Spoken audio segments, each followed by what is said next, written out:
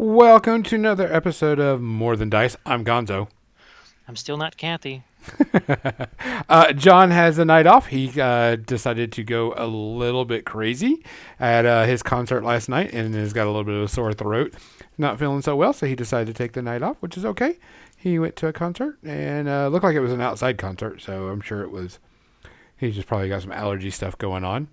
Um, Other than that, today's episode, we're going to talk about making your army unique, not following studio paint schemes, just kind of changing it up a little bit. Other than that, John had fun. Good for him. He had a night out of partying. But maybe he'll give us a review of it when he gets back next week. So let's go and get down to the business. We want to thank Turbo Dork for being an awesome sponsor. If you have not gotten to me about getting your discount code so you can get your stuff, let me know and I will give you your discount code. We had our last giveaway, and maybe we can talk to them to giving some more giveaways when I see them at Warfare Weekend. We want to thank Muse on Minis. Make sure you go check out them for all of your needs for tokens and widgets, and also I have some pretty good Infinity/Warcaster terrain that will work really well. Want to thank Midnight Heroes for being a sponsor. They are providing a really awesome new game coming out with their with their chibi minis, and the game is played on a very small mat, so it'll be pretty interesting to see whenever we get demos of it at Warfare Weekend. We want to thank Parabellum War Games for their game Conquest, which Jim will be painting up some Velociraptors on stream. And I'm sure he'll let us know, that way we can kind of promote that, because those are like the thing everybody's looking to do. Miss anything? Mini Masterworks. Make sure you go check out our friends at Mini Masterwork, and you can also use another good discount code, and you can get some cool product from them also. To get everybody? I think I got everybody. I think I did. If I didn't, I'm sorry, but that's what's going to have to be for right now.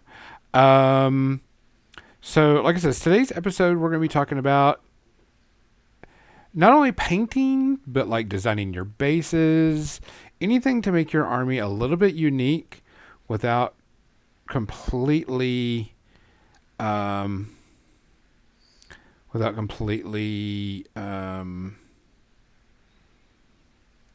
changing how it is. Best way to put it. You know, not following studio schemes, but make it unique to you. Captain Mizzy, you will have to contact Turbo Dork and ask them. I'm sure it's probably online only, but you may be able to convince them to bring it with them to Warfare Weekend instead of emailing it, or not emailing it, sending it through the mail. You could possibly contact them and see if they'll do that. I know some studios, some people that show up at the convention will like, hey, you order from us and you're going to be there, just bring it to Warfare Weekend. And then usually they do. So have to see. Other than that, so let's go ahead and give, we got some good shout outs this week. And actually, it's kind of a sad but a good shout out this week. If everybody know, James Earl Jones has signed away that he is no longer going to be doing Darth Vader's voice. That he is done hanging up his hat of Vader. And I'm like, oh, wow, that's kind of a big thing. For everybody to know, I mean, that's been the voice of Vader since, 70-something? And I don't think he's, I mean, he's known for other things, of course, but anytime you see your Darth Vader in a line of spoken, you hear James Earl Jones' voice. And so, I kind of gonna miss that, but I'm sure the gentleman's getting up there in age. Hey, Mose. So we're gonna give a big shout out to James Earl Jones for hanging up his hat for that. Now, the really tricky and really important topic of the day What's everybody drinking tonight? Jim, what are you drinking tonight? We've got the cranberry, ginger ale, and some rum, some Kraken. Some Kraken. Well, being that I had half of my arm tattooed, I'm gonna have to drink some water because I definitely need to get my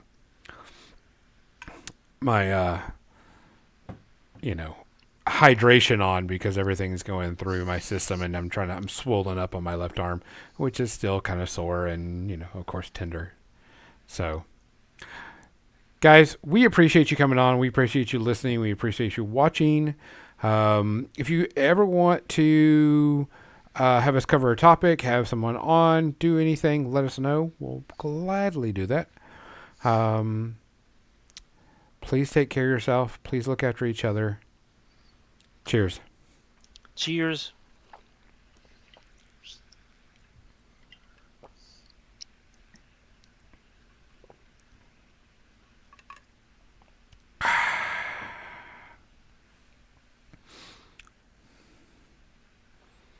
I do not know why the stickers are not working right now. I guess the sticker things are down.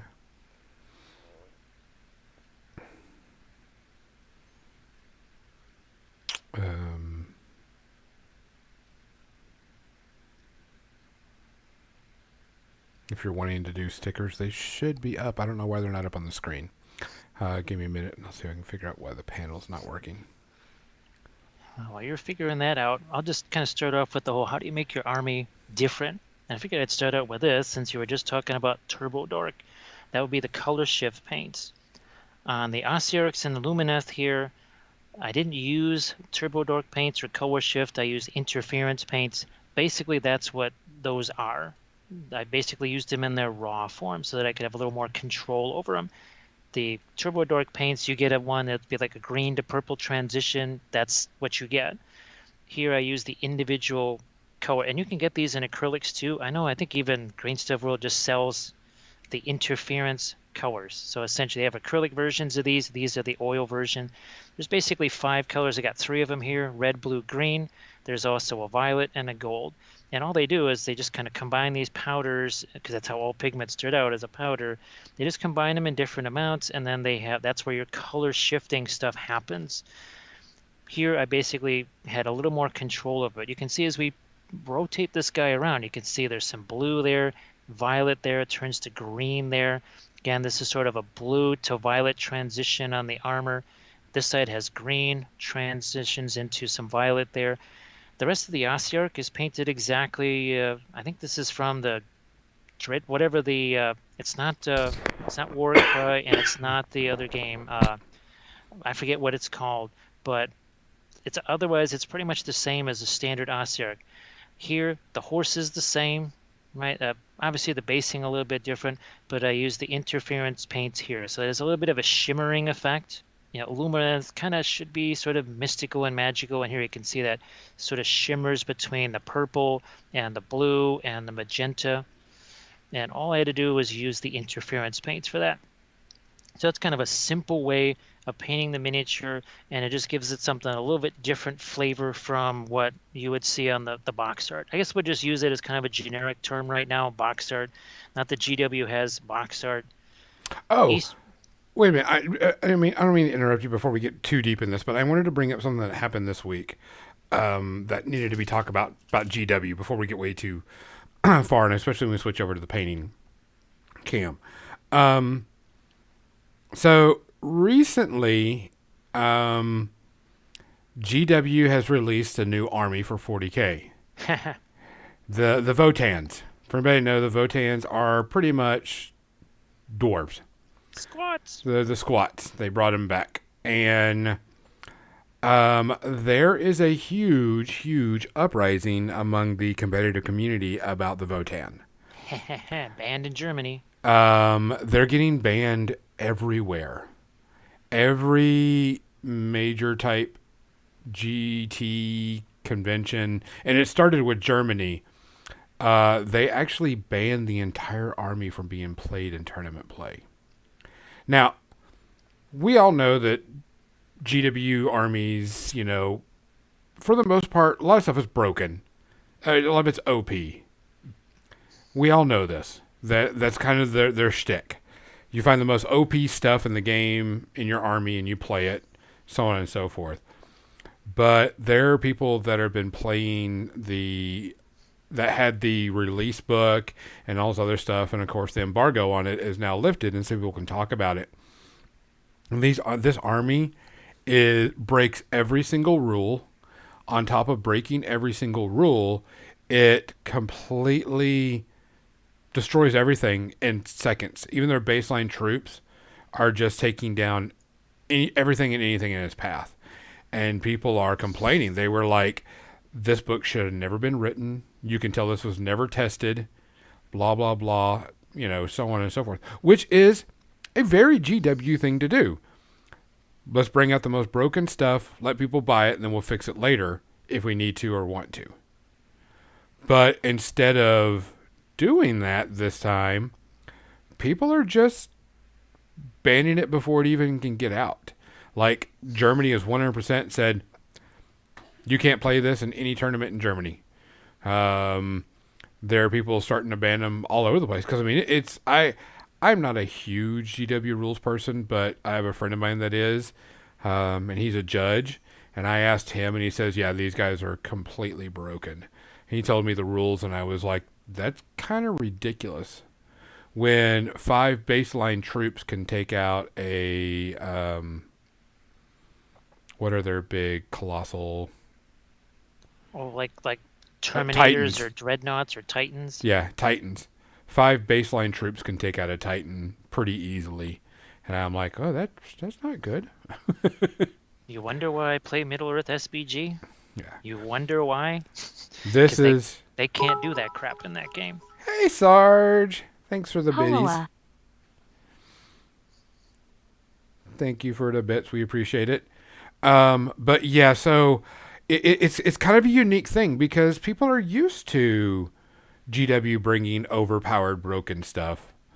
But when the community starts saying, hey, this is not right, that's something you should pay attention to, in my opinion. Because that means the community's policing the game better than you. And if they're policing it like banning, that's bad. Especially for GW, for 40k army. This is beyond belief what people were expecting. You do expect, a new army to be a little overpowered because people aren't used to it. People got to learn it, stuff like that. But for whatever reason and all the stuff is just like really, really, really, really bad. So it's kind of crazy right now. I know there's a lot of people that are very upset about this and stuff, and so I don't say they're quitting the game, but they're just like, I won't play anybody that's playing the Votans. So, will it hurt GW sales? No. Will they continue to sell the models? Yes. Will they fix the book and make them a little less powerful? Probably. But it'll be a little bit before they do that because they want people to buy everything. It could hurt them a little bit this time because people aren't necessarily sold on the aesthetic either. So if it's an army you can't play when you buy it, and people don't even really like necessarily how they look, then that's kind of a little bit more than just, oh, they're a little overpowered and people will just look at me sideways and give me a low sportsmanship score. When it's like, I can't take this to a tournament, so why bother getting it and building it and take all the time of making it if I can't bring it to a tournament? Yeah, see, that's what I'm wondering if people are actually, like, people are probably going to buy it anyway and just wait until it gets fixed. Or if people are just going to not buy it and wait till it gets fixed and maybe the models are a little bit cheaper. So it'll be interesting to see how it goes. This is the first time I've ever, really seen I don't want to say boycott, but that's the quickest and easiest way to say it. That they're like, the players are like, whoa, GW, you need to look at this. But, I mean, what's sad is these people's got a brand new book on it, and it's going to be errated pretty quickly. Most, you're 100% correct. I was just going there. people are tired of buying a $50 or $60 book and then that book being invalid as soon as they buy it. It's the reason why I'm all for digital. I know people don't like it. They like to have a book and, have a cards or whatever. But I don't feel like buying a book and, unless I'm buying it for the fluff. Let's all take that back. Unless we're buying it for fluff, it's kind of just why am I going to buy a rule book whenever the rule book is just going to be invalidated in a couple of weeks? All the rules, all the points, and GW is known for doing that. That's, how they kind of make their money is by bringing out new rule books for new things and errata and everything quickly. But I'm kind of over that now. I like the way Privateer Press is doing it. They're like, we're only going to do a book. They've only done one book in a long time, and it was the 1,000 Worlds for Warcaster. And it had a huge amount of fluff. The rules, the model rules, and then like a good painting guide, good, stuff like that. But it was a good fluff book, and it came with a Kickstarter, so I wasn't worried about it. Would I have bought this book if it wasn't a Kickstarter? Probably not. But was it a good book? Hell yeah. It's one of the best setting books I've ever seen. So I think people are, finally done with doing that. I mean, you're going to have your diehards that are going to do it anyway. I don't have the money to buy, a $50, $60 book every 4 to 5 months, depending on what's going on. I mean, that's the reason why I like digital. I'm like, oh, they had to change the baseline models and it's updated in the app. Cool. Don't have to worry about it anymore. My army lists are already fixed, or I have to change them because of maybe points value went changed. So, I don't know. It was the first time I've really seen this kind of happen in a while. And I don't know if it was just DW's like, fuck it, or if they were like, we're going to do what we want. We don't care what you want. But a lot of people were very upset about it. So, all right. Sorry about that. Quick rant off. But let's go ahead now. I'm going to go over the painting cam because I want to work on my stuff and get everything in. I'm going to show the models too while we're talking about this because I want to talk about making it unique besides making it painting. So let me get this ready. Besides the paint. Because, I mean, you can paint your army anything you want, any way you want. Nobody's going to care. If somebody cares about how you paint your army, especially if you're not in studio scheme, fuck them. Because it's your models. You can do what you want. Type thing. So let me grab this stuff. So I picked up 2 boxes for Malifaux. It's kind of pretty much gives me my entire army. I'll put this one over here. Witching Hour, which comes with 2 witchling handlers and 2 witchling thralls. Do I know what they do? No. Not one bit. Not one bit. Let me fix my camera. It did come with 2 larger bases, so I'm either thinking that's the witchling thralls go on that, but they're not very big models either. Alright, so of course you can tell. Look, this person actually has a peg for their legs. But I mean, tiny, tiny models. Warcaster model.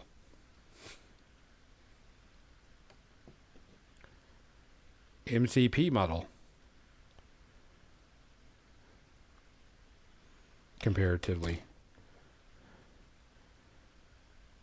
MCP is a little bit bigger. That's Deadpool, so I mean, whatever. But these are the 2 witchling handlers. Which one of them's got a top hat, which I'm happy about. And then I'm guessing the witchlings are going to go on the big bases.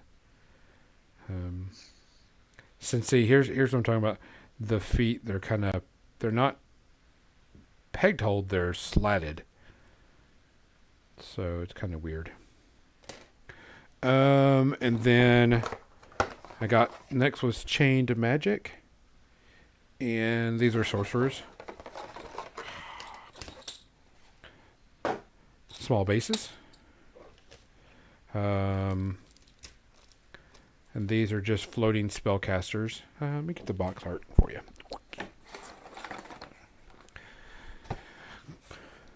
3 sanctioned spellcasters and Thurlian Quellers. All the spellcasters are kind of floating on cloaks, which is kind of cool. So, no big deal. Really cool looking pieces. The spellcasters.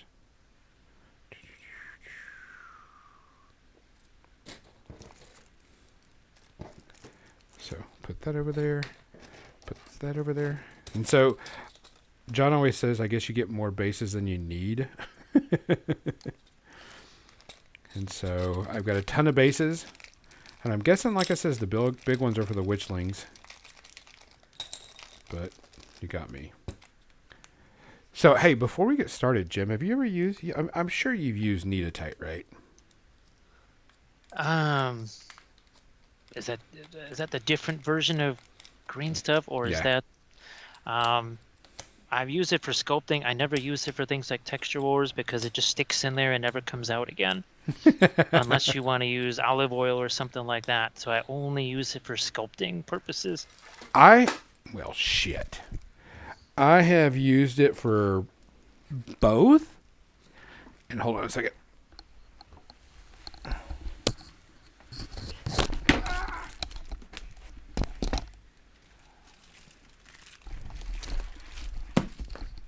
I started using it for the texture roller, and I found out if I, put a little bit of water on it, it's good to go. On the top of it, it won't stick as much. Sorry, I dropped all of my stuff. So, I'm going to get this ready. I'm going to have to play with it like usual. For some reason, the stickers extension is not working. I do not know why. I will have to research that after the podcast. So, all right. So let's go ahead and talk about making your army unique. But let's talk about, besides the paint job, how can you make your army unique besides the paint job? Jim, what do you think about that? The easiest and fastest way to do that is through basing, because it also sets an entire theme through your army, turns each miniature into a little, basically its own diorama. Now what I'm going to do here is just show a few different ones here. Let me see if I can grab one more. Let me see if this has... No, it doesn't have the imagery I was hoping to see on it, but let's just grab these couple of guys right here.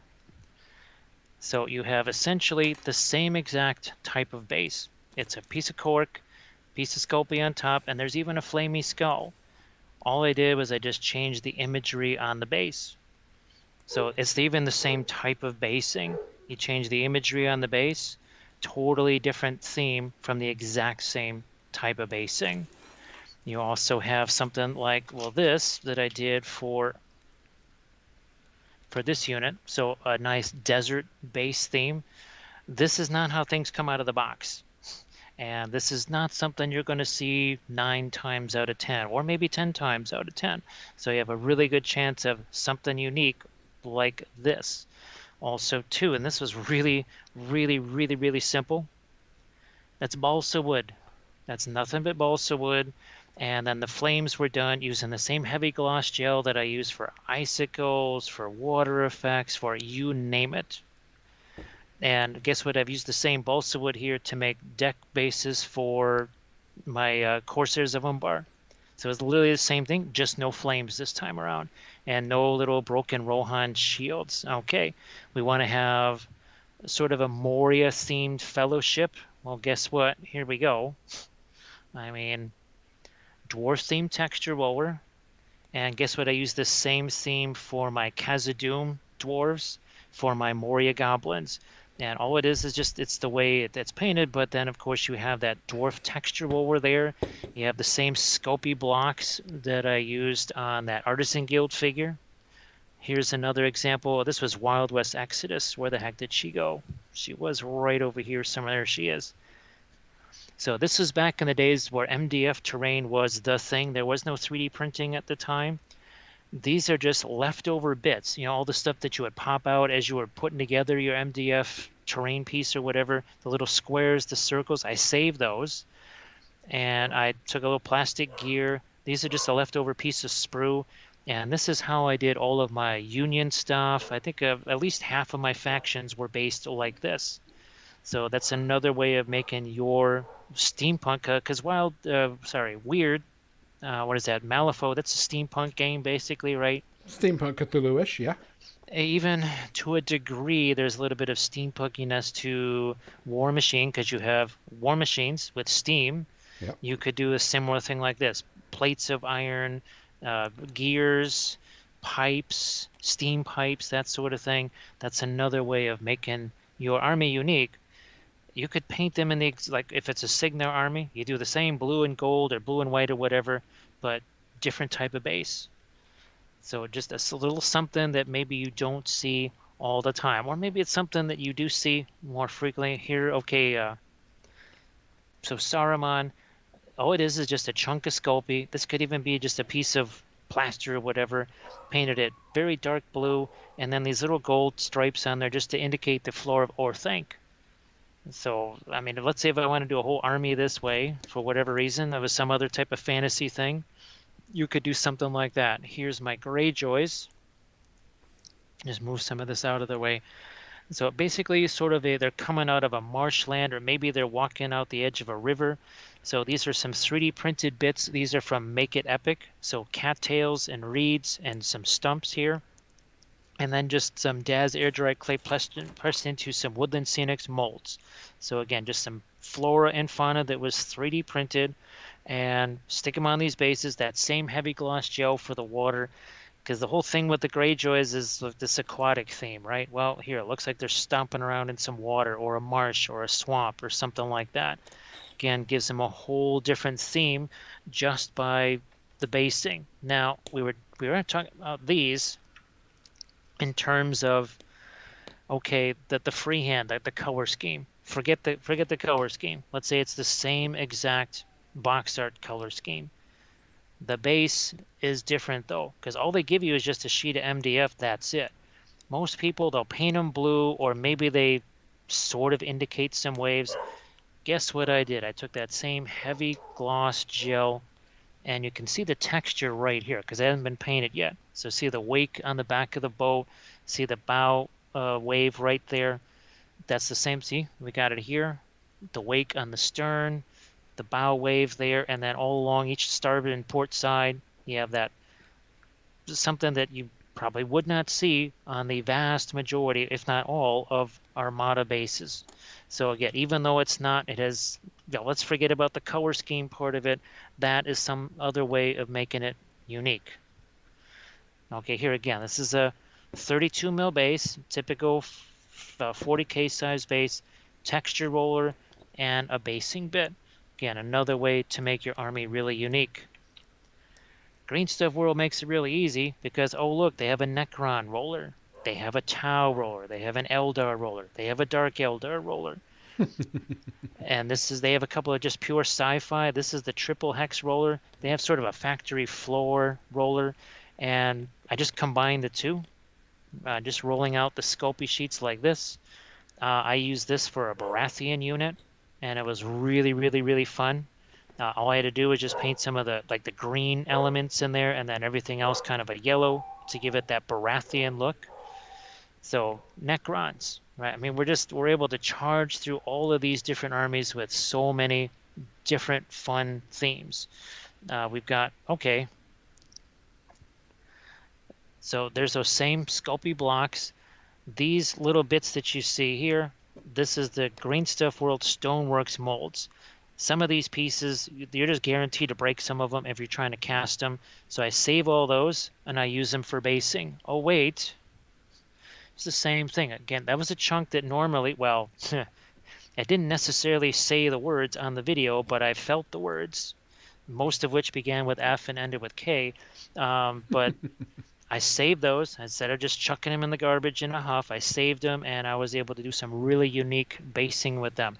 So that's what I'm going to do when the Osgiliath starter box arrives. I'm going to do all of my Osgiliath veterans and my Ithilien Rangers in this sort of a thing, this broken cityscape type of a. So you usually see Rangers in a broken cityscape, but it's kind of overgrown here.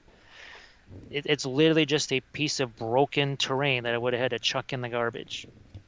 It's that simple. You could, what is it, Hearst molds, I think. That's another thing where you got lots of really fun, different things that you can use. Same deal, right? Just some Hearst molds. Here's another example of that triple hex roller. That's a little cable that I put on there. Okay, it's a Dark Angel, yeah.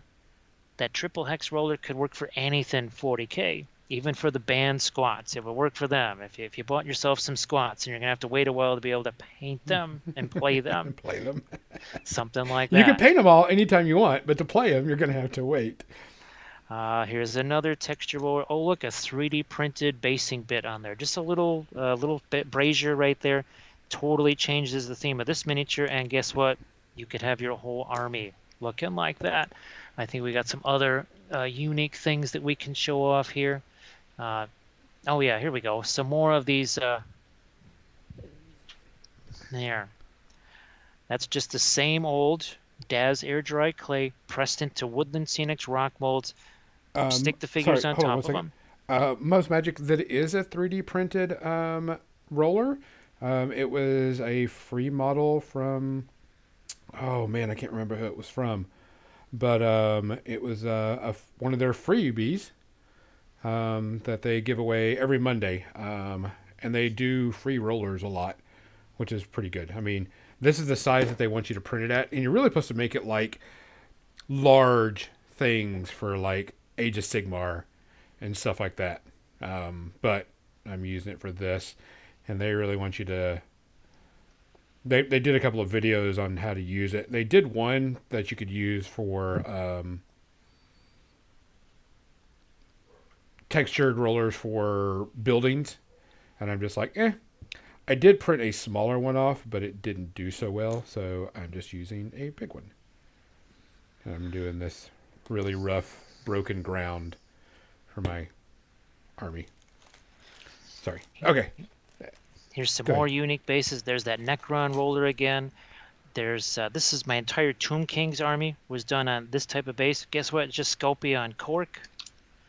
This is even simpler. It's a piece of tree bark or mulch, a couple of GW skulls, and that was a 3D printed shield that just it cracked as it was cured. So I said, all right, I'm going to use that as just a basing bit for the Witch King.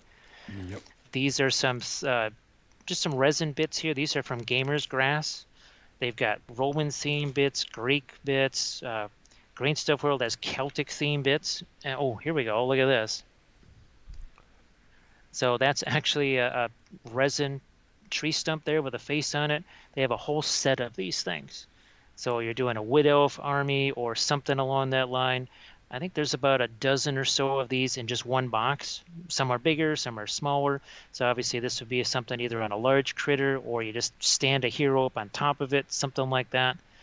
And I think I've actually got a few examples of them. And also two, let me show you this.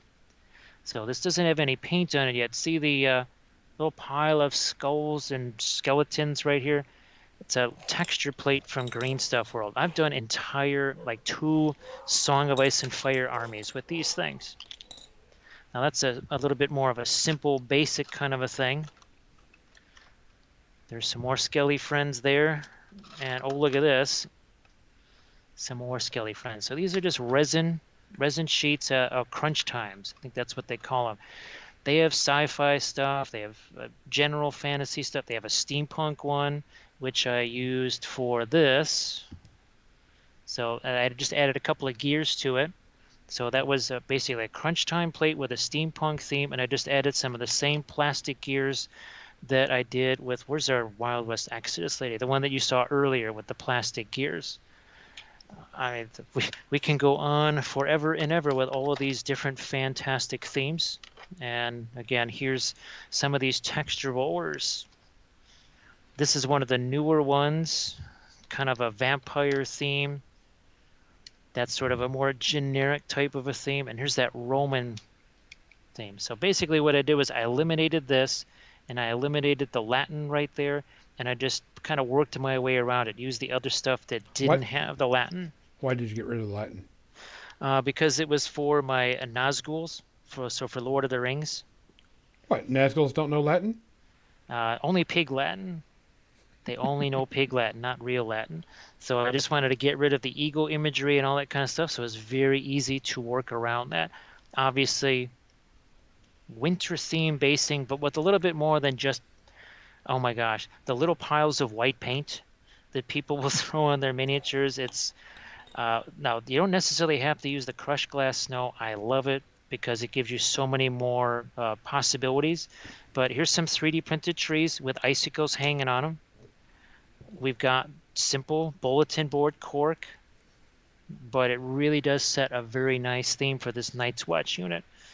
And it can help with ranking them up too. Let's say you're doing Kings of War, you want a multi-base unit and basically turn it into a diorama. This is the way to do it, right? With these 3D printed bits, the crushed glass snow.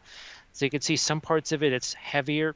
Some parts of it, it's almost translucent, like it's a little bit more melted.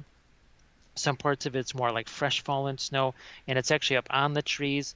Even some parts of the miniatures here. Because guess what? When I walk to the grocery store that's a block and a half away, even if it's just like a 1 or 2 inch snowfall, I'll come in there looking like the abominable snowman. I'm covered in snow. So guess what? Your guys should also, well, maybe have some snow on them too. Let me see. We got some other examples here of some Sculpey basing rollers. So again, the same Sculpey blocks, a couple of Skelly friends there, and another texture roller. Now, sometimes you end up with extra bits when you're doing assembling an army. That was where this comes in. So I had some extra heads, extra torsos, extra swords and shields, and on a lot of my bases I did for this Vampire Count's army, I just put a little Skelly friend down on his base. Texture roller, the cork, the bulletin board cork, and then a nice little Skelly friend there, just kind of leaning up against the base, looking nice and dead. Wonder if he's going to get stomped on by the horsey or not. More of the 3D printed basing bits, just some trees. The same trees that I used for the Night's Watch, except no snow on them. You could put leaves on these things, right? You could get some foliage for them if you wanted to be more of a wood elf type of a thing. Somewhere around here, I've got a wood elf that's basically walking around on top of a tree branch somewhere. Let me see if I can find him somewhere. No, I guess he's not around here, but I do have this guy right here. That's literally just a tree branch. That's just a chunk of tree right there. A little twig broke off this part, and I've got him standing on there. It can be that easy. Just sticks that you pick up off of the ground. And then we got another example here of that sandy base. I've got a whole Lord of the Rings army with that same kind of sand dune type of thing. That's just a Daz air dry clay. I think we're actually doing some of that on stream. I swear that we were. I'm not totally sure, but I think so. And let me see. I think we have another example here of just some simple tree bark with a couple little skulls sitting on it. You could use mulch if you don't have the tree bark. More 3D printed bits here. So some foliage there, stump there, some mushrooms. The base I didn't even buy. Oh, that's bulletin board cork, by the way. It's simple bulletin board cork, a couple of 3D printed bits, boom, done. Certainly has an elf, woodland, whatever type of a theme to it. And of course, the nice thing about the 3D printed basing bits is you can make them any size, any scale that you want. Another one of those Daz air dry clay bases with some of the. Now, this is not the crushed glass snow. I think I used some of the Green Stuff World snow flock there. and some tufts from armored wolf. So it gives you kind of looks mountainous, right? Looks like he's in snow. Something that's a little bit more unique. Now, as far as say color schemes go, this is another way I made the army unique. So this is the Candish army has no named heroes. There's usually not one big hero like Theoden and then some minor heroes and then some guys. It's just kind of a bunch of minor heroes. So I wanted to have three kings, and each one's going to lead a war band. Each of the war bands has a different color horsey and a different sort of a freehand and color on the miniatures. So this way I know which war band is which, and it's certainly a very different looking army than the typical Candish army, which is black or red, or both. Here, as you can see, we pretty much have no black or red involved in any of these color schemes. Just trying to make things as unique as possible. And then again, the balsa wood stuff here with the flames. Here you even have a little hint of that Rohan building texture, whatever, or design, something like that. Set in Rohan aflame. Now with the Osiarchs, I think I used that same texture plate on them. No, well, look, another skelly friend there, more of those skull, and just a piece of tree bark, leftover shields and weapons. If you do anything that involves sprues, you're going to have leftover bits. And So, saving those and using them, not a bad idea. wanted to bring up something that you did before the podcast. And you did a Sisters of Battle in a certain theme, and you showed it off. And how much crap did you get for that? So first talk about the Sister Battle that you made. So this was my Sisters of the Raven army, and I'm going to bring out a few of them here. Okay, let me bring out, where's the other one that I have? Here we go. So this was my Sisters of the Raven, kind of a gold and green. They all had red hair. They had blue woad on their face, and this is actually another one of those Green Stuff World bits, kind of like a Celtic statue there. And then the imagery, obviously, with the Celtic knotwork. And I had a lot of fun with this because I was trying to find something different. Not red, not black, not white, because every Sisters of Battle army are those colors. Apparently, those are the only colors you're allowed to use. And should you use any other color besides red, white, or black for your sisters, you need to be executed and tarred and feathered and just banished from all Sister of Battle communities. So I posted once, and people went, Sisters of Battle don't wear green, and they don't have gold. So I said, all right, see you guys, and never posted there again because I went, what's the point? Yeah. Yeah, so that was not what I was expecting. You know, your pretend battle nuns in their fictional boob armor and everything else. Apparently, they're real, and they would never be caught dead wearing green, especially after Labor Day. My goodness, yes. It's after Labor Day. You don't dare wear green if you're a Sister of Battle at all. So that was not the reaction I was expecting. Which I don't understand. I'm like, now, don't get me wrong. If you were painting something, offensive, like, swastikas or something, I would, people giving you shit for it. But a paint scheme is something you shouldn't be giving people crap over. I mean, there's no reason for that. It's like, well, this is my own personal chapter I made up, so fuck them. You know. Now, okay, if somebody wants to get jinky about my Slava Ukraines or something like that, if they come from a certain part of the world and they get all jinky about that, okay, that you can almost understand, even though it's still a pretend toy soldier. But actually, I had people get all cranky when I did my Rohan stuff. And you'll love this. They said they wouldn't wear that color or that shade of green. I had to take, it got so crazy and people started attacking each other back and forth. It got so nuts. I took it down and I said, okay, that's it. We're just taking this post down. Don't want to deal with this crap anymore. And I said, that is not what I was expecting because they were all, they were like this, completely resculpted, totally changed around, tons of freehand on them. They said, oh no, they would never have those designs and not that shade of green. So the So what Sisters was of there, what Battle, was the reason for not that shade of green? I'm kind of curious. they said it was too much of a blue green. They wouldn't wear that bright green. These were Royal Guard. So these are like the elite of Rohan, like the King's Guard. They said, oh, they would never wear something fancy like that. They said, okay, first of all, Rohan doesn't exist, just so you know, in case you haven't heard, doesn't exist. And these are the King's Guard, which they might have something a little bit fancier than, Joe Strawhead running around on his farm horse with a spear in his hand. But nope, that was they could not absorb the fact that it was not the right shade of green. The fact that these were green obviously made certain people soil themselves multiple times in anguish. Don't know why, but the wrong shade of green, that was an even bigger surprise. So yeah, that was not something I was expecting to see. So every time I post something, I never quite know if there's going to be a reaction like that.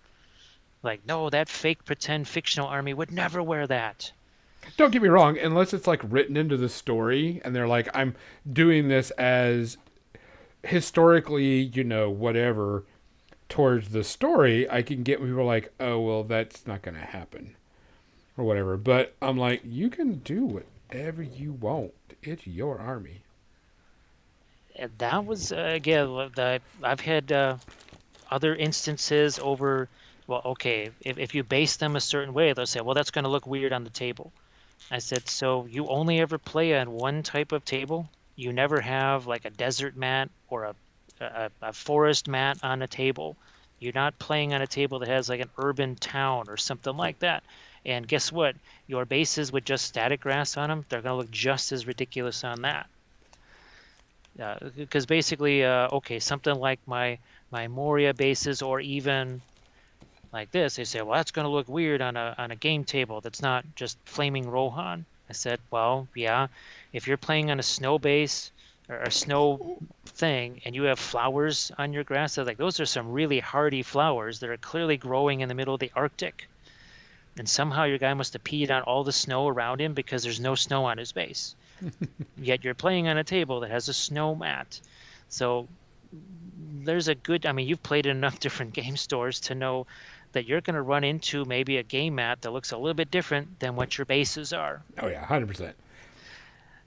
So, and sometimes for me, it's a gameplay thing. So one of the reasons I did the Easterlings in this dark blue scheme is at the time they did not have special miniatures for Black Dragon upgrades. It was just you take your guy and you say for 2 more points he's a Black Dragon. Now they have miniatures for it. For 15 years they didn't. That's why I came up with this blue color scheme so that I and the other player would know instantly who is a Black Dragon and who is not.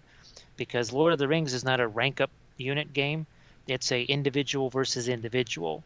So otherwise, unless you want to point to the same figure 20 times, that's a Black Dragon. You could just say, oh yeah, he's blue and gold, he's a Black Dragon. The other guys that don't have the upgrade are more traditional. They have red and then a little bit of blue with them to indicate they're part of the same army, but clearly are different grades of troop or something like that. Fortunately, nobody's gotten bonkers on me about that, but oh my goodness, yes, you never quite know what it is people are just going to have an aneurysm about. And the point is, paint it however you want. It's your army. Your models. You bought them. You can paint it whatever you want. I You mean, would, so like my Kador army is black and turquoise. Primarily black with turquoise highlights, on certain panels and stuff like that. And people were like, no, that's too much like Signar. I'm like, who's Signar? The story Signar. Don't care. That's the story Signar. That's not my army. My models, my army. I can do whatever I want.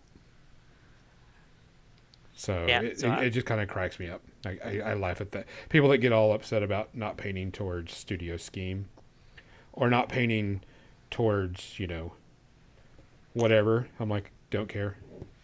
It's funny because people keep asking me they want to have basically studio examples of Starks. I've painted two Stark, basically the equivalent of two Stark armies, and they're all in yellow and blue and painted like Agincourt. So they're in quarters with fleur-de-lis on them. The same Stark from Song of Ice and Fire in the starter box, none of which were painted towards the regular studio color scheme. And I painted basically two entire armies worth of them. Even the siege weaponry, everything else was done as if they were French at Agincourt, with the yellow and the blue in quarters and fleur-de-lis painted wherever I could stick those in the freehand. And I can only imagine just how crazy people would go if you were to show up at a Song of Ice and Fire tournament with something like that. Yeah. 2 tears in a bucket. Fuck it. It's just, well, that's again kind of a pretend universe, not real. Hate to break it to you. Yeah. And they're little toys. Hate to break it to you, they're not real men. But maybe not Now, don't get me everybody's able to wrong. Like it distinguish that. says, if you're playing in a historically accurate game, and like the competition requires you to have historically accurate models, I can get that. That's an understandable thing, but we're not playing historically accurate games, and blah blah blah. So It gets get worse bit. though when you play the historically accurate games Oh yeah, because that's not the right shade of khaki. That's not the right shade of field green. That's not the right shade of this, that, or the other. Like these guys are just playing around inside of a house, never exposed to weather or elements that would change the color of your uniform in about a week. Being exposed to all that. I mean, there was a point where people thought that leather hat that I used to wear was actually a Confederate hat because it had been so bleached by the sun that it was gray. I would turn it over, show them the inside, which was a bright blue. And I said, that's what that hat used to look like. Between sunlight and acid rain, this is what it looks like now. And just sweat from it being on my head. So those things change. There were a few reasons why I just kind of gave up on the historical stuff. That Dauntless dive bomber that I painted on the anniversary of the Battle of Midway on stream. There was somebody that went on into the chat and they were going bonkers that there were parts of it that had a little bit of weathering or dirt on it. They said they would wash those off right away. I'd say, well, then why is it that every picture I see, some of these things look like they just, were in a swamp? They're that dirty. And you know what? Maybe if they saw an entire flight of Japanese planes coming their way, they'd just launch the fighters and so they wouldn't die instead of like, oh my gosh, it's dirty, we have to wash them off first. And of course, they're being exposed to seawater. I mean, there would be some weathering going on because they're sitting on an aircraft carrier in the middle of the freaking ocean with yeah. sun beating down on them. It would change things just a wee bit. There's guys walking on these planes, scraping the paint off of them. So I just kind of had to unfortunately give up on the historicals because it wasn't worth it. It was just too much of a hassle, which was sad, but unfortunately, that's kind of how it was. I kind of expected less of that in the fantasy sci-fi world, but it still happens. Oh yeah, it still happens. It's stupid. There's too many people that just get. Now, if you're having like a painting competition, like we're doing a painting competition, or someone's doing a painting competition for historically accurate miniatures, I can get people being picky about that. But that's a competition. This is me playing with whatever I want, or if it's whatever, and especially for non-historically accurate stuff. Go fuck yourself. So we kind of went off on a little bit of a rant there on this stuff, but because we're almost out of time for this, looks like we're getting close to our time. Um, what are some ways that you think that you should be making your army unique, but not making it such a a burden to yourself? Like I am doing my Warcaster stuff is done in color shifting paint. And so that can be a pain in the butt because it has to be airbrushed most likely, or I like to do it airbrushed better than anything else. And so the entire army has to now be done like that. What's a better way that we could do it without, you know, the least amount of stress for yourself? The easiest way is with the basing. because you could paint the army in the same color scheme even, but if you make the bases different than just, oh look, it's got green static grass and a couple of flower tufts, just that simple thing, a texture roller, some of those 3D printed bits, some of the resin bits, all those different things that I showed you, that alone will make it interesting without a lot of extra impact where you're sculpting bases or something like that. For 40K things, maybe just put some rubble on your base, or again, there's all kinds of 3D printed stuff that you can do. There's resin cast stuff, so you don't have to be sitting there sculpting everything yourself if you don't want to. Just buy some of it's out there. Buy it, stick it on your base, put your miniature on there, paint it however you want, and you're done. Boom. That's the easiest, quickest way, the easiest to replicate, because if there's guys on a bigger base, well, you just make a bigger version of it. Instead of, let's say you do a whole different color scheme, and now you've got to figure out, well, how the heck do I make this dreadnought look like it's the same color scheme as my general troops? Or a big fantasy character, a big giant dragon. How do I make that look like it's part of an army color-wise? If the base is the same as the rest of your army, by default, people will just associate all of that as one coherent thing. And since you can literally just buy those bits instead of having to actually make them yourself, that's probably the least impactful way, the fastest way. And yeah, the easiest to replicate, because all you're doing is just placing some of these bits out on the base instead of having to remember colors or freehand or anything like, or object source lighting. Probably the easiest, least impactful way. Cool. And now it's 7:58. It's almost time for media section. Yeah, I got this last bit I need to put on a base. I had a little bit left over, so I was like, oh, I'm gonna put this last piece on there. So let me get this on here. One of the things I learned, while this 3D roller is good, and it's not that big of an issue putting it on here, but I do have to roll it. I do have to put it on here pretty thick above, because it does have a lip, and so I have to actually make it kind of mounded up, is the best way to put it. It's got to be a mounded thing. You don't make it flat as the same size as the base. You got to make it a little bit of lip to it, a little bit of mound to the top of it, or you won't get any print on it, because of course the roller hits the side of the base and you don't go anywhere with it. I know with the Green Stuff World, their texture rollers, at first, they didn't have any kind of guides. I made basically two parallel pieces of mat board to try and keep it at the same level. They ended up making I think it was 3 different thicknesses of rubber rings that you could put on the ends of the roller. And that, well, Oh yeah. it's not 100% effective, but it's about 97% effective, so that you don't have one side that's like smashed down into the roller or down into the clay and the other side has no texture at all. It does a reasonable job of making sure you're somewhat even. Well, I mean, I don't mind if this texture and it's got like a mound or a hill or whatever, because I mean, this is, it's going to be weird shaping anyway, because hell, it's Malifaux. It's got weird shaping terrain anyway. But like this one need to re-roll this one. Actually, I'm gonna add it to this one.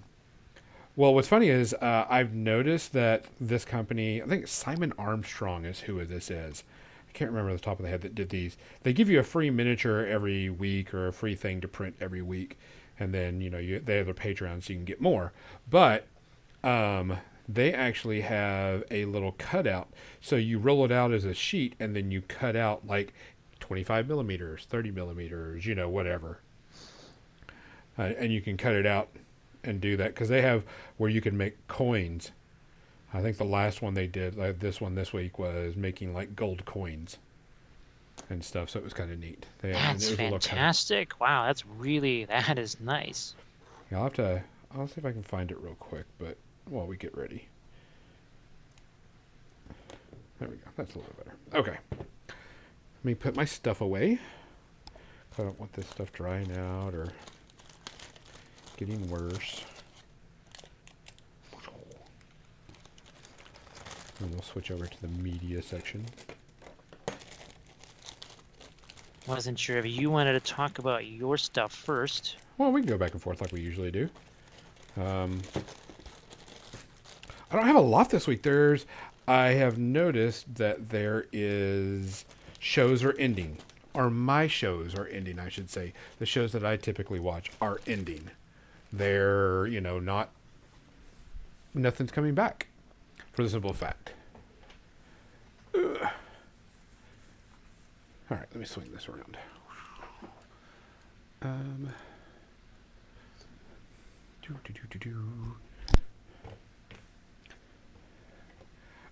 me see if I can find that thing real quick. I'm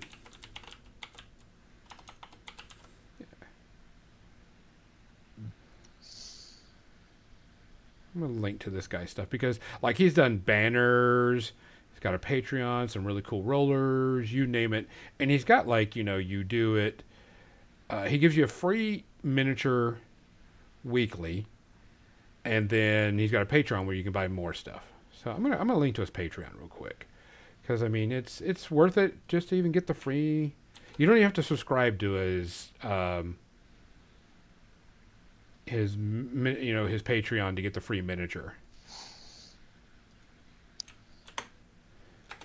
There's that individual custom miniature maker, and they make some cool stuff. Let's switch it over to the media section.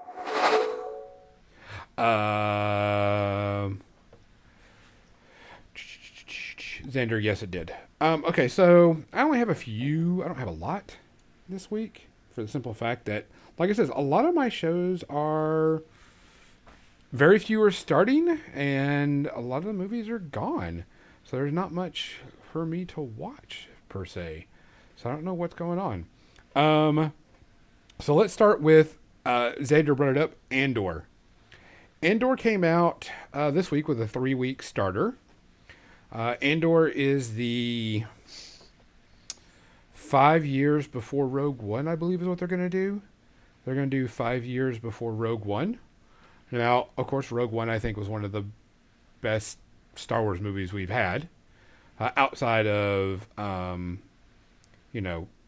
stuff. And I want to do this. This show is Star Wars the gritty.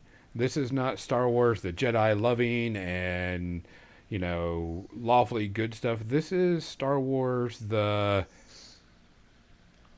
war is hell. A rebellion is hell type thing. Which I like because it also shows a different side of, Star Wars, which needs to be seen because everybody thinks, oh, it just happens, blah, blah, blah. This is how it starts and everything. First 4 episodes, no spoilers. I enjoyed it. I thought it was good. It is a Star Wars that needs to be seen, like I said. It's a Star Wars that needs to be checked out. People need to realize that, it's not all about Jedis. But about, a group of individuals, going out and taking care of, this evil empire. So, I mean, it was good. What's interesting about this is the actor was saying that while they were filming and you hear the music while they're filming, they actually put the orchestra on set. And the orchestra was playing while he was, walking and doing things. And I probably would have lost it. He says at one point he got emotional because, I mean, it's got to be something crazy to sit there and get the full immersion of the world while you're doing it. I mean, if I was on a Star Wars set, it would be my greatest joy in the entire world to be on a Star Wars TV show or movie, but be a main actor and then you have the music there playing and it's all there and it's all real and so on and so forth. I would have been like, holy shit. I probably would have said, wait a minute. We need to take a break because this is cool as hell. But I enjoyed it. Characters are fine. This was a lot of world building and a lot of story building right off the bat in the first three. That's the reason why they brought out all three, because now it's about to ramp up and get kind of crazy, if you would want to say. Um, but I'm enjoying it. I'm looking forward to it. Don't have any issues with it. Um, we're just getting started, so I mean, you really can't say much. But I'm ready to see more. Type thing. Did you get a chance to watch any of it, Jim? No, that's a Disney Plus thing, right? Yeah. Yes, the only way I can see that is on the one TV, and that's in the room where Kathy is. So that's something we'll have to, when she feels better, I think we'll be able to tackle that. I've heard a bunch of really good things. Somebody talked about you see like a different side with the stormtroopers. Like they're not just run of the mill. They actually only come out when stuff's really hitting the fan. That's a lot of local militias actually take care of a lot of the business around the Empire, and the stormtroopers that you kind of see them as garden variety and a lot of other things, but this treats them a little bit differently. Like when they appear, something like if they show up, something big is happening. Yeah. That was something that someone had mentioned with them, and it was 3 episodes in, right? Mm-hmm. And they said that they had, but they could tell that you could feel something was building, whereas other times nothing's actually happening, but they're supposed to be building. They said no, this actually felt like something was something was going to happen. That they're building and that it wasn't going to be pretty. Yeah. It was. You can tell that these 3 episodes were a build up to what's going to happen in the season. That's the reason why they released all three at once to begin with, which I'm good with that. Not a problem whatsoever. So, no spoilers, but it was good. I liked it. It was good and fun. So hopefully it'll be, you know, keep on and keep on in type thing. So, what do you got for this week? Well, this week it's sort of an analysis. Now that we're 5 weeks into a certain show, and how far is House of the Dragon? Is that 5 or 6 episodes It's in? 5 episodes. We're going to the sixth one tonight, and this is the time jump. Okay, so basically, um, you have these two shows, a tale of two shows. Both roughly came out at the same time, and I'm really glad now that both came out at once, because it's really, really helpful. I think maybe lessons will be learned by seeing what's happened with these two shows, because they both, for one reason or another, they face some challenges. Obviously, with House of the Dragon, there was what happened with season 8 and potential ill will or skepticism at best generated by that. So that was probably their biggest hurdle, was in some ways trying to resurrect the franchise. Correct. I I, mean, do I feel like this show is a money grab or try to keep um, uh, Game of Thrones in the spotlight? Yeah, I do. Is it a good show? Yeah, it's still pretty good. that It's that's still a the good fantasy series.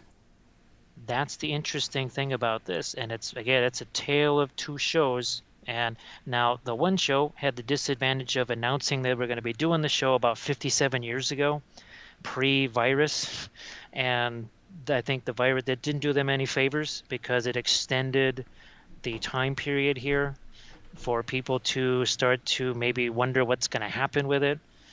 And one had kind of a disastrous lead up to it, an advertising campaign that was just, let's let's do everything wrong in this ad campaign. And I think maybe House of Dragons saw that and went, we won't do that. How's about we don't try that kind of method for promoting our show, so Yeah. that no one wants to watch it? So that was another interesting thing. I'm kind of glad we'll come back to that aspect of you can resurrect a show or resurrect a franchise. I'm kind of glad that they were able to show it's possible with competent writing, decent acting, and good sets, good visuals, decent costumes, and essentially not insulting the viewer's intelligence, because that is something that's we're going to get into that, because the other program and we're just going to refer to it as the other program because it doesn't deserve a name anymore. Um, they have really kind of gone into that insulting the viewer's intelligence, very mysterious, weird things where they repeat stuff.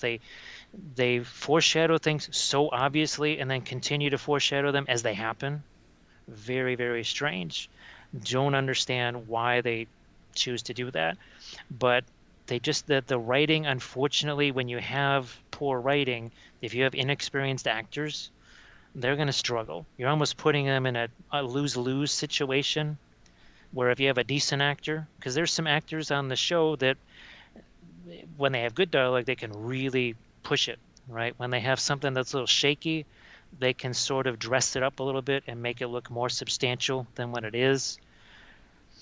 Now, the what's interesting having these two shows at the same time, you can't just say, well, you hate this show because of this.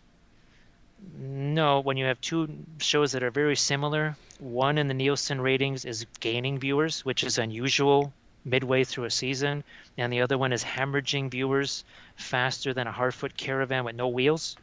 Um, that shows that there's a problem.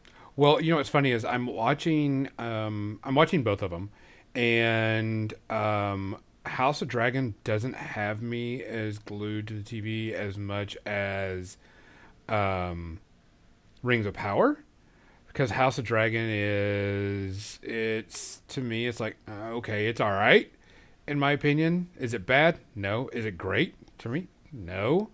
Um, and they're about to do a major time jump where most of the characters, you know, are going to become adults, and it's I think that might be a shock to people. I don't know. If they keep going, good with it.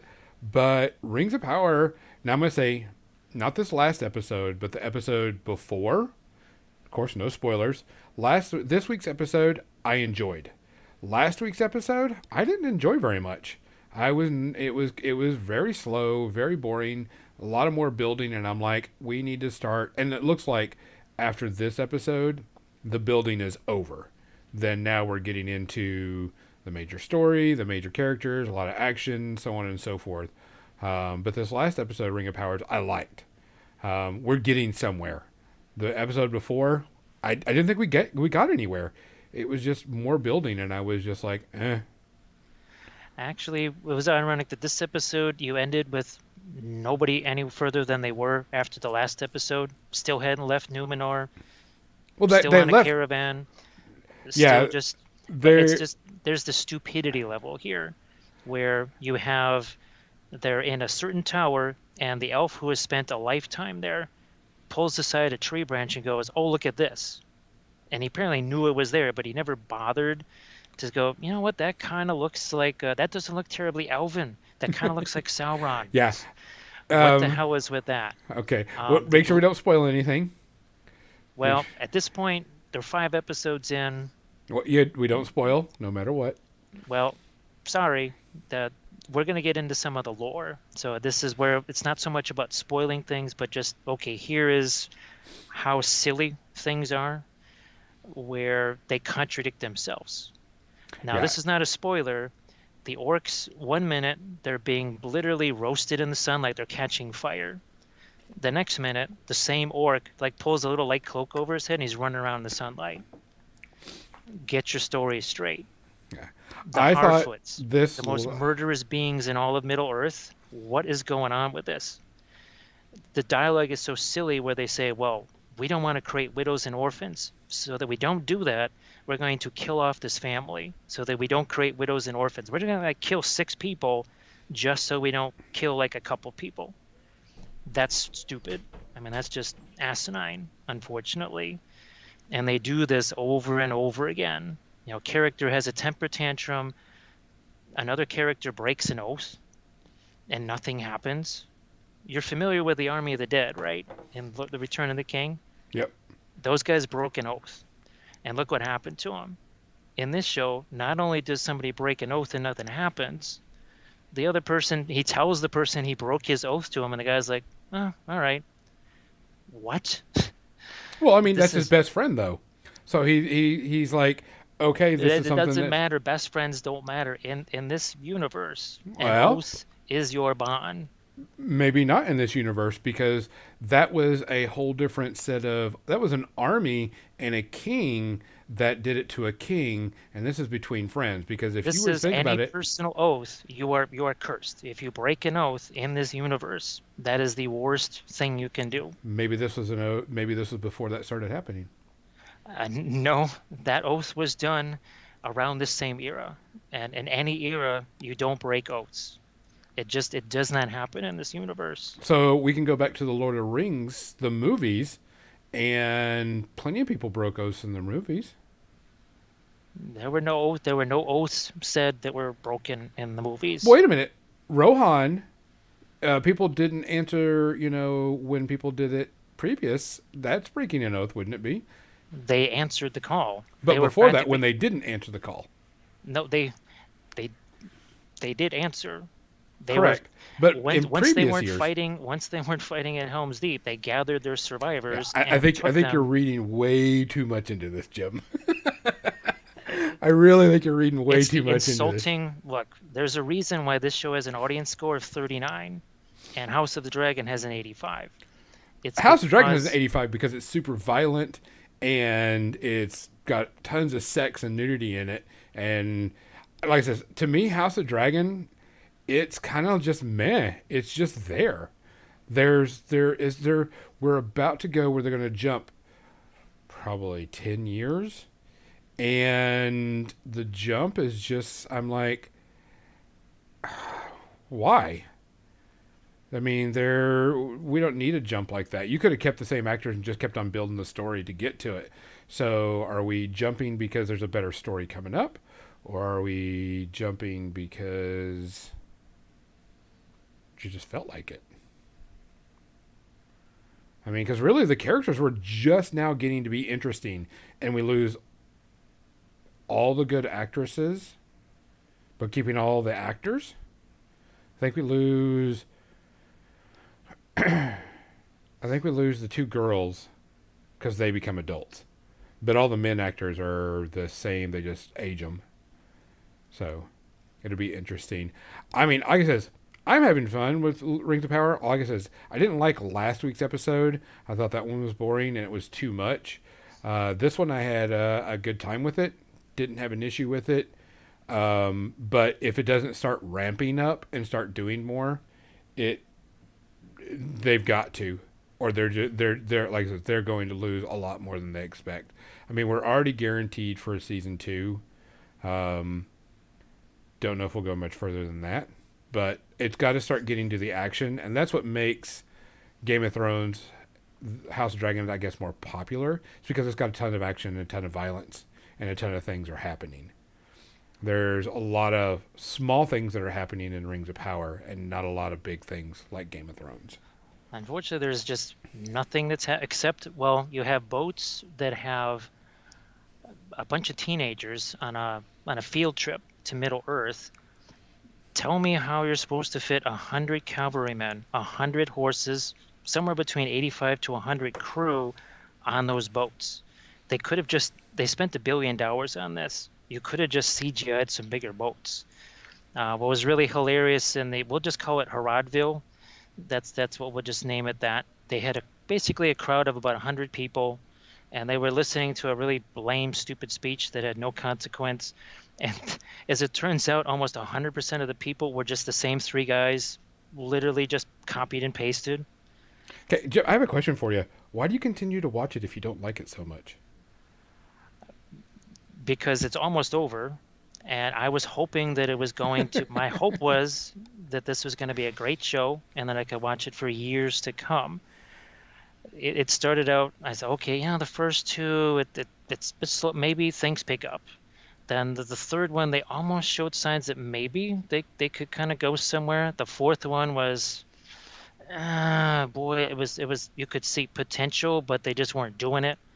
This last one was disastrous. It was catastrophic, and it's kind of the tide turn with this one.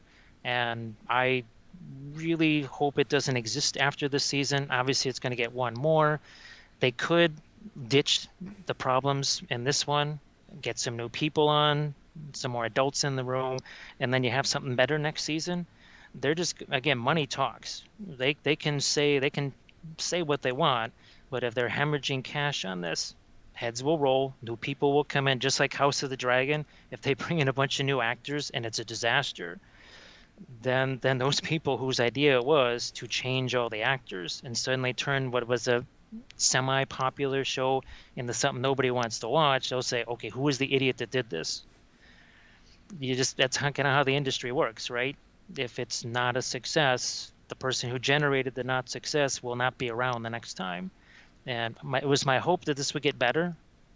And I was watching, and then all of a sudden I was like, oh my gosh, instead of maybe doing something with some of these characters, they had potential, right? The Southlands, there was so many interesting things they could have done, and they sort of set fire to the good stuff they could have done and emphasized the meaningless stuff, just like little Easter egg type things. And it was disappointing, and that's kind of the general word. As I talked to other people about this, this was the episode where they said, oh, okay, that's enough. They just lost me. That was the thing. And it's not just a lore type of thing. It's just from the show standpoint, where they said they're treating me like I'm 10 years old.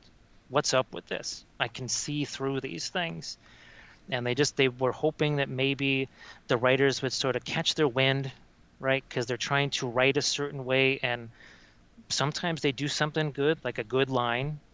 There was even a little bit of humor in this last episode that sort of hit, and it's like, oh, why couldn't there be more of that? Instead, we're just getting less and I less. suggest. I mean, you're really worked up about this. I would suggest you probably don't watch this anymore then, because I mean, like I said, I'm having a blast with it, and I mean, I'm a decent Lord of the Rings fans, but I'm just letting it roll off as great fantasy story. But yeah, this is. You, I've never heard you this worked up over a show before. Well, remember, I don't watch a lot of this stuff. Correct. I have very, very, very little time. And when the one thing you and that people know, you want to piss me off, you waste my time. If I Then feel I, like my time like has I been said, I wasted, don't watch it anymore then, Jim, because you're way too worked up over a TV show. well, it affects me because when Game of Thrones nuked itself in season 8, the Song of Ice and Fire game kind of was taken down with it. The interest level in Oh that, no no no, that was a Simon stopping. That wasn't the game because that wasn't the TV show. The game was dwindling before the season ended. it was but it was the straw that broke the camel's back because nobody wanted. Believe me, the none of the Facebook groups grew anymore. They're still at the same level they were then. But guess what? This new show comes out. What are people in my chat asking me about? They're not asking me about Lord of the Rings. They're asking me about Song of Ice and Fire stuff. So it matters. It does matter in people's minds. I mean, I have to be aware of these trends because otherwise I'd be in trouble. And the trend is it's flipped. For No Prairie was like, what is that? Song of Ice and what? What are those miniatures? And then, because nobody in the last two streams has asked me anything about that show. What they're asking now is about Song of Ice and Fire miniatures. Hey, did you get the new Martells? There was new stuff still coming out then. It was Well, didn't I more mean they for, just sent you a bunch of new stuff too, so you could concentrate on those.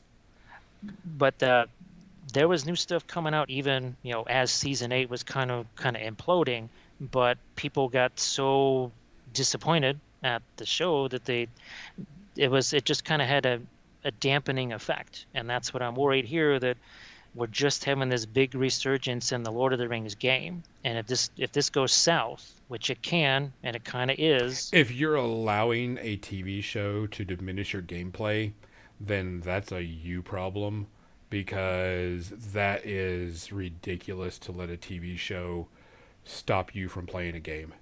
Don't get me wrong, if it was, they did Nazi imagery type thing in their TV show and they promoted it, that's a whole different story. But if this is a TV show that did a bad episode, then you should probably be looking at, not watching it and just either play the game and ignore it or, you know, just stop watching the game existing or watching the players movies. I should say, not existing games. players like us, we don't care. Doesn't make any difference to me.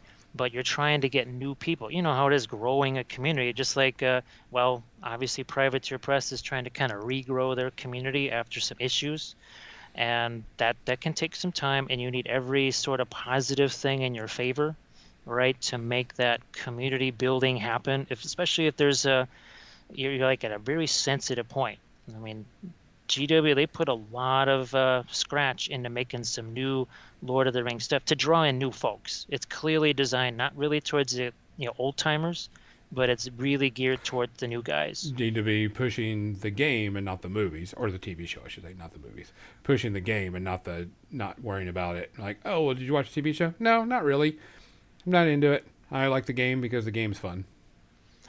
Again, we're talking about a general audience here, not you and I who are like, we don't really care. If we like something, we like something. Yeah. But the general audience, they can be, well, they're just like 40K stuff, right? They're trying to give it more of a almost an anime or Gundam type look to it because they're trying to draw in that crowd, which is, for some of the old timers, I guess, is kind of for schmizzling them a little bit. Doesn't matter to me because it's not really a system I do a lot with, and it wouldn't affect me and the armies that I would be interested in. But there's been people not super happy with the new aesthetic, and they kind of feel like they're trying to draw in a new audience with it. And it's sort of the old audience is kind of somehow getting aware of that a little bit. Let's see. There was some. What I watched this week? I watched. Oh, the new She-Hulk episode came out, and there was actually no stinger after the credits this time, which I was kind of disappointed in. This episode was more about Jen than about She-Hulk. Kind of. It was an okay episode. Not much happened in it. It was okay. A lot of my other shows are gone off the air. Primal is done, so we won't see any more episodes of that. Harley Quinn did get renewed for a new season, which I'm glad for. Which I was afraid of because of the merger becoming with HBO and their animation studio. Yeah, Primal was amazing. That last episode was brutal. I enjoyed the hell out of Primal Mo's, and it was interesting, but yeah, so amazing you couldn't spell it. I know, but really there hasn't been much. I know that some shows are coming back, some new seasons of stuff are coming back, but not enough and not quick enough. Like I'm actually trying to find shows to watch. Oh, the Great British Baking Show, but that's only on Fridays. That came back, so we're like in this weird time frame where there's like one or two shows that are on the air that I'm watching, and that's it.